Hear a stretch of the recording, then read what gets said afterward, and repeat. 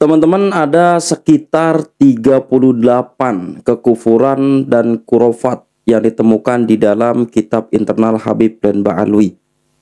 Ya, jadi apa yang dikatakan oleh kiai-kiai kita, Kiai Imad, Kiai Abbas dan kiai yang lain, betapa menyesatkannya Habib dan Ba'alwi ini dalam perspektif ajaran, itu bukan isapan jempol dan juga bukan omong kosong, teman-teman.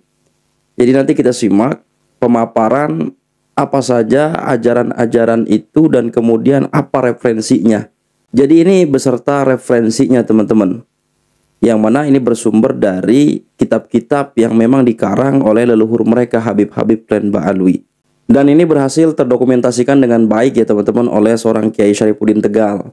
Jadi saran saya pun ini di save saja videonya untuk bisa dijadikan bahan diskusi ya kepada teman-teman kita, kepada keluarga kita, kerabat kita, atau kawan kita ya, agar kemudian nggak banyak lagi pribumi yang disesatkan oleh ajaran-ajaran penuh khurafatnya Habib dan Ba'alwi.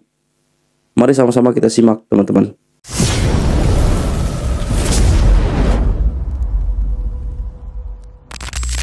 Di sumber-sumber kitabnya ada terkait kesesatan ataupun khurafat dari Habib Ba'alwi.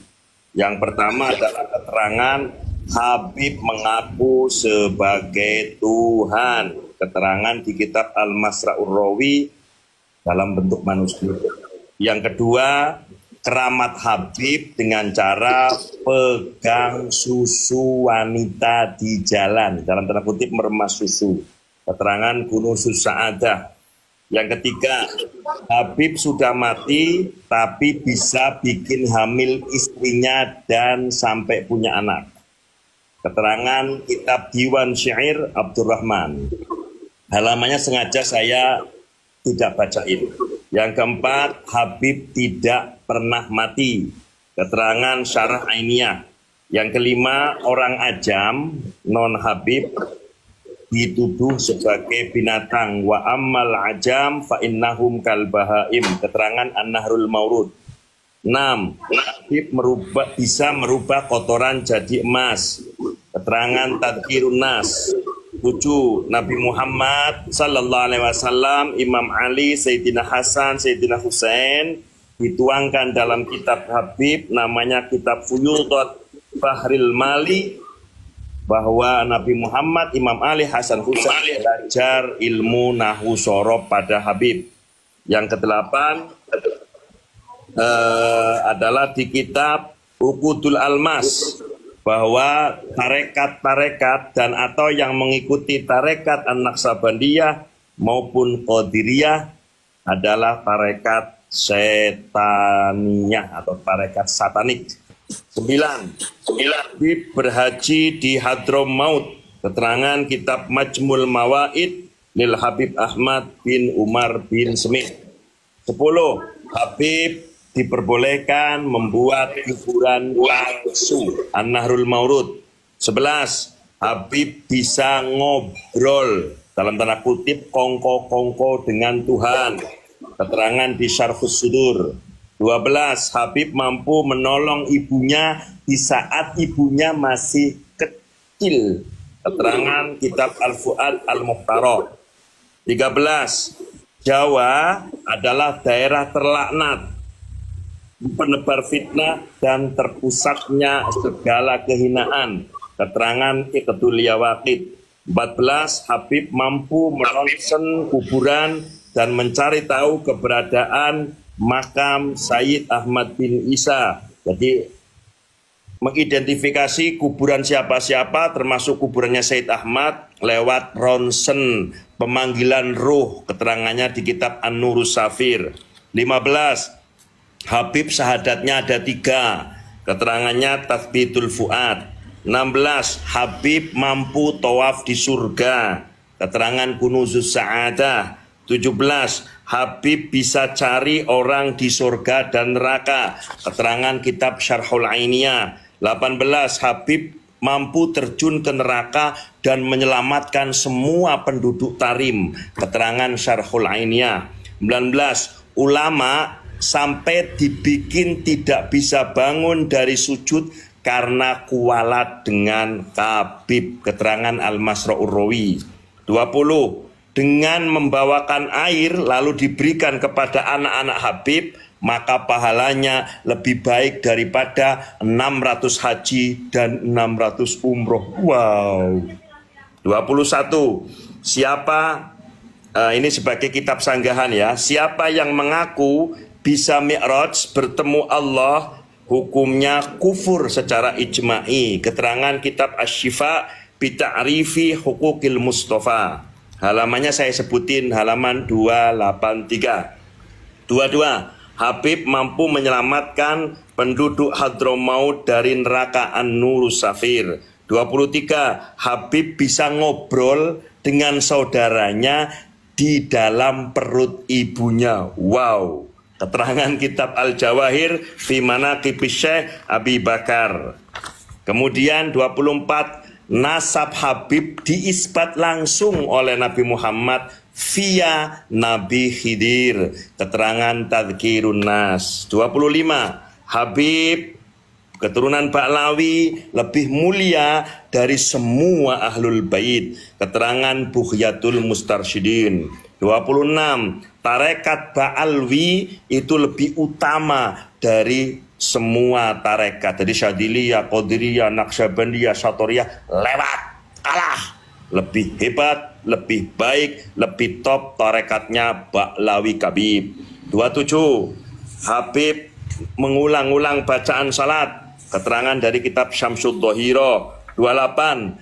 Istri baginda Nabi yakni Sayyidatuna Khadijatul Kubra diceritakan dia menjadi pelayan kopinya Khabib. Keterangan Tajul A'ros. 29. Ruh Khabib mampu merasuk ke dalam siluman ular. Keterangan Majmu' Kalam Ahmad bin Umar. 30. Sayyidina Asy-Syaikh Sultanul Abdul Qadir Al-Jilani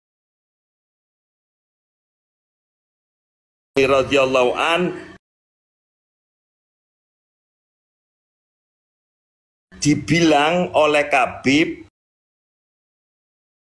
di kitab Abnaul Imam, katanya beliau Syekh Abdul Qadir Jilani nasabnya tidak nyambung ke Imam Hasan dan Imam Husain. Kata kitab itu Syekh Abdul Qadir Jilani bukan dzurriyyah Nabi. Wow, fitnah yang keji. 31. Habib boleh menginjak kitab maupun Al-Quran. Keterangan Nasru Mahasinil Awsaf. 32. Habib berfatwa bahwa melawan penjajah, yakni untuk orang Nusantara, Belanda, perbuatannya bukan jihad, tetapi membusukkan agamanya dan pelakunya berdosa dan boleh diberi sanksi. Keterangan Minhajul Istiqomah. 32. Habib bisa merubah dirinya besar seperti hulek.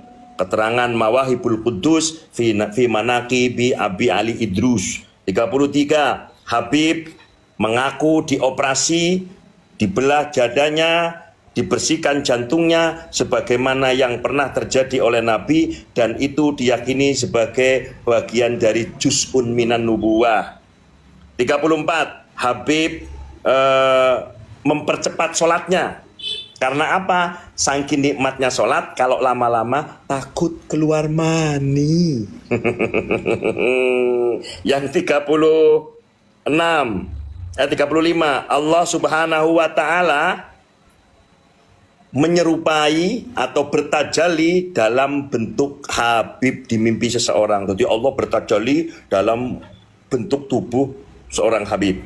36. Allah meminta izin atau kerap kali meminta izin kepada Habib ketika mau menciptakan sesuatu yang baru.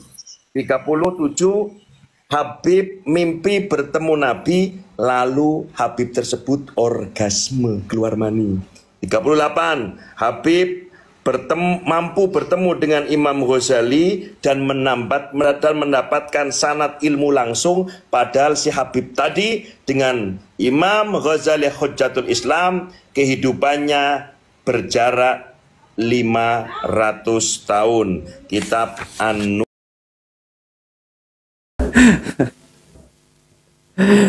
Pasti ya semua ajaran itu bikin geleng-geleng ya. Alhamdulillah, alhamdulillah Kiai Imad sangat mencerdaskan dan membuat kita sadar sesadar-sadarnya bahwa memang Habib ini sangat bahaya ya. Ini bisa merusak akidah kita ahli sunnah wal jamaah. Dan tidak ada yang lebih ironi ya ketimbang bungkamnya ulama-ulama yang notabene memiliki otoritas ya. Ini kan aneh teman-teman ya. Ini udah sangat jelas ya, referensinya ada ya, kemudian memang di media sosial pun udah berseliweran ceramah-ceramah Habib yang memang halu, dan itu bukan isapan jempol dan memang tertuang di dalam kitab leluhur mereka ya, kitab internal mereka ya.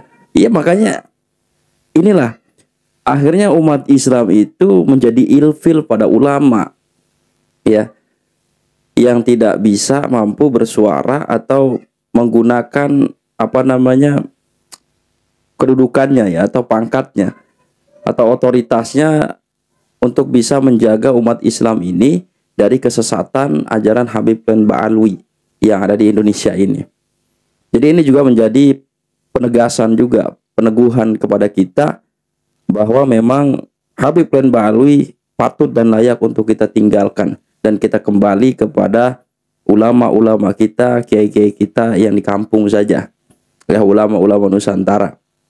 Jadi mudah-mudahan ini bisa bermanfaat teman-teman secara pribadi, dan pertama kali saya akan meminta kepada teman-teman untuk bisa subscribe channel ini agar saya bisa terus menyuarakan kebenaran. Minta keikhlasan hati teman-teman untuk subscribe channel ini agar lebih berkembang dan bisa menjangkau lebih banyak masyarakat Indonesia, agar tidak kemudian termakan doktrin-doktrin ajaran sesat, khurafat dan kufurnya Habib-Habib Plen Ba'alwi. Hadanallahu wa iyyakum ajmain. Assalamualaikum warahmatullahi wabarakatuh.